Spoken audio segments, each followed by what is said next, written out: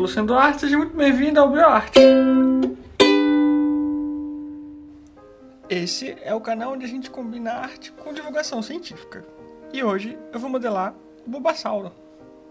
E o Bulbasauro é uma espécie fictícia que pertence a Pokémon. E ele é um anfíbio quadrúpede do tipo planta. E do tipo veneno também. Só que hoje a gente vai focar mais na parte planta dele. Porque a gente vai falar um pouco sobre as plantas no geral. As plantas ocupam 82% da biomassa existente na Terra. E para vocês terem uma comparação, os humanos ocupam só 0,01% dessa mesma conta. Então só aí já deu para ter uma noção do quanto as plantas são poderosas em armazenar biomassa. Muita gente pensa que as plantas crescem a partir do solo em que elas estão. E realmente o solo é extremamente importante para poder ter água, nutrientes, sais minerais. Isso tudo vem do solo. Mas a maior parte da biomassa que existe nas plantas vem da atmosfera, a partir do CO2. E o CO2 ele é naturalmente gasoso. E as plantas absorvem esse carbono que fica no ar e acumulam ele na sua biomassa. E é por isso que algumas plantas, como a bromélia, por exemplo, conseguem crescer em cima de um fio de alta tensão. Ignorando a parte de que o fio é de alta tensão e que ela pode sofrer choques ou algo do tipo, a planta ela consegue se estruturar em cima de um pequeno fio. Mas a questão é, de onde estão vindo os nutrientes que a planta precisaria para poder conseguir sobreviver lá em cima? Porque quando ela está no chão, é natural que a gente imagine que esses nutrientes estejam vindo do solo. Mas e em cima de um fio? O fio não tem nutriente, ele é plástico. Pelo menos não nutriente que a planta consiga usar ele, né? Não está disponível para a planta. Mas aí é que moram os segredos das bromélias. Porque a bromélia, no geral, a maioria delas são plantas que conseguem armazenar água e folhas de árvores, insetos que acabam caindo lá. Então imagina que essa planta precisasse de nitrogênio, por exemplo. E um inseto, um mosquito, acaba caindo lá dentro da água dela e ele morre lá. Ele vai se decompor e a planta que não tinha nitrogênio, agora ela vai ter. Porque esse inseto que se decompôs dentro da bromélia, agora vai servir de nutriente para essa bromélia. E ela vai conseguir captar esse nitrogênio e vai poder crescer mesmo em um lugar tão inusitado assim. Então a maior parte da biomassa da planta vem do carbono atmosférico, do CO2, e a outra parte, que são os nutrientes que ela precisaria para poder formar os seus aminoácidos, as suas proteínas e tudo mais, ela consegue a partir desses materiais que caem na água delas e se decompõem por ali mesmo, e ela consegue absorver esses nutrientes e consegue crescer ali mesmo. E uma outra questão é como que uma planta consegue chegar lá em cima num fio. Apesar de parecer uma questão extremamente difícil, né? Porque as plantas não se mexem. Aparentemente elas não se mexem. Porque os movimentos das plantas se dão através do crescimento delas. Então imagina que uma planta quer chegar mais próxima da água. Então ela vai crescer a sua raiz até que ela chegue mais próxima da água. E isso é um tipo de movimento, só que é um movimento baseado em crescimento. E as plantas são extremamente eficazes em chegarem a locais completamente inusitados. Isso porque elas desenvolvem mecanismos de dispersão de sementes para que as suas sementes consigam chegar a locais mais e mais longe para poder colonizar o maior território possível. Agora pensa comigo num coco. O coco ele é extremamente duro, ele tem a carne do coco que é nutritiva, tem bastante gordura, o coco tem sementes, o coco tem ar dentro deles e ele boia no mar. Então por isso o coco é praticamente uma cápsula. Praticamente não, ele é uma cápsula que leva as sementes das palmeiras longe, longe, muito longe.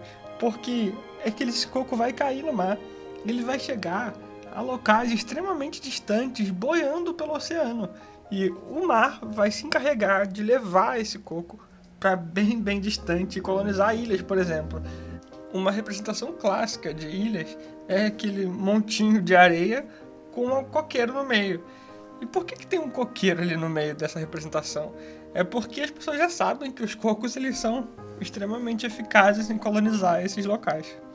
Mas como que ele vai colonizar um lugar, uma areia que não tem nutriente, que talvez possa não ter água suficiente para poder germinar as sementes? Mas espera, o coco tem tudo isso dentro dele. Ele tem uma carne extremamente nutritiva, ele tem água, e esse material já é suficiente para poder fazer com que ele germine. Então, por mais que aquele realmente não seja um local que consiga estruturar a vida de uma palmeira por muitos e muitos anos, já vai ser o suficiente para que aquela planta tenha um nível de vida inicial, que caso seja um ambiente que só está passando, por exemplo, por uma seca, aquele coco vai conseguir germinar naquele ambiente seco, e quando vier a chuva, vai conseguir molhar e ele vai conseguir crescer mais e mais. E esse tipo de dispersão pelo mar não é só exclusivo das palmeiras, diversas outras espécies têm esse mesmo mecanismo. E não é só no mar que existe esse tipo de dispersão. Você já deve ter reparado num dente de leão, por exemplo.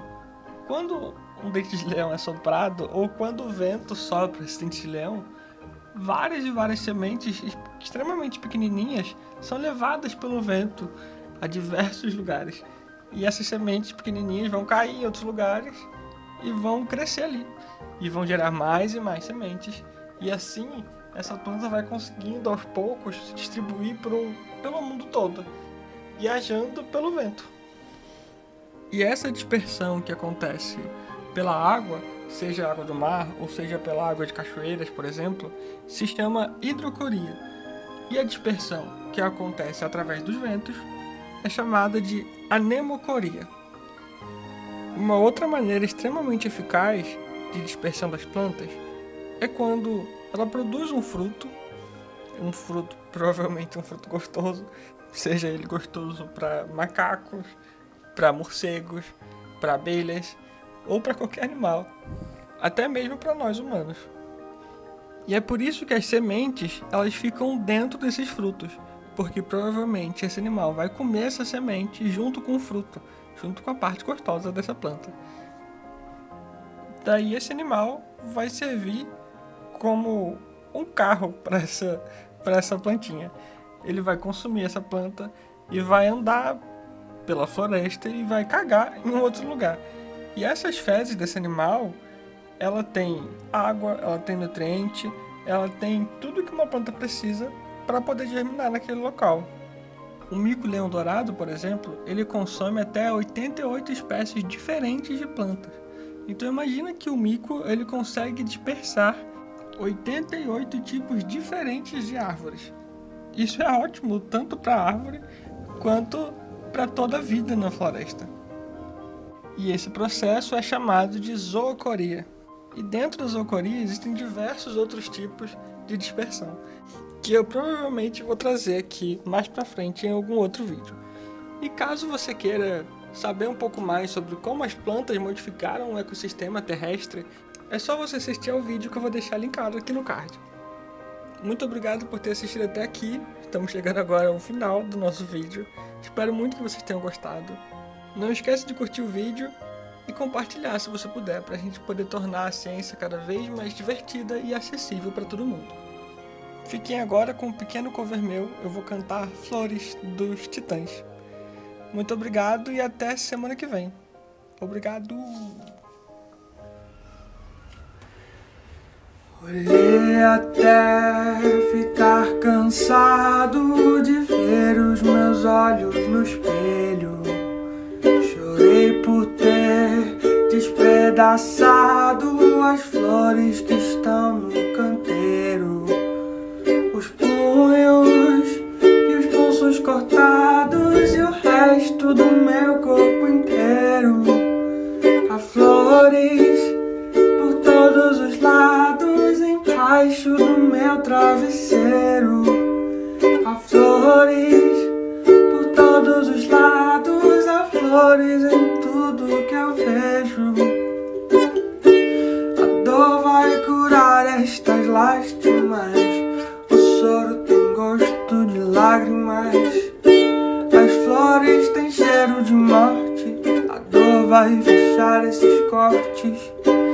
As flores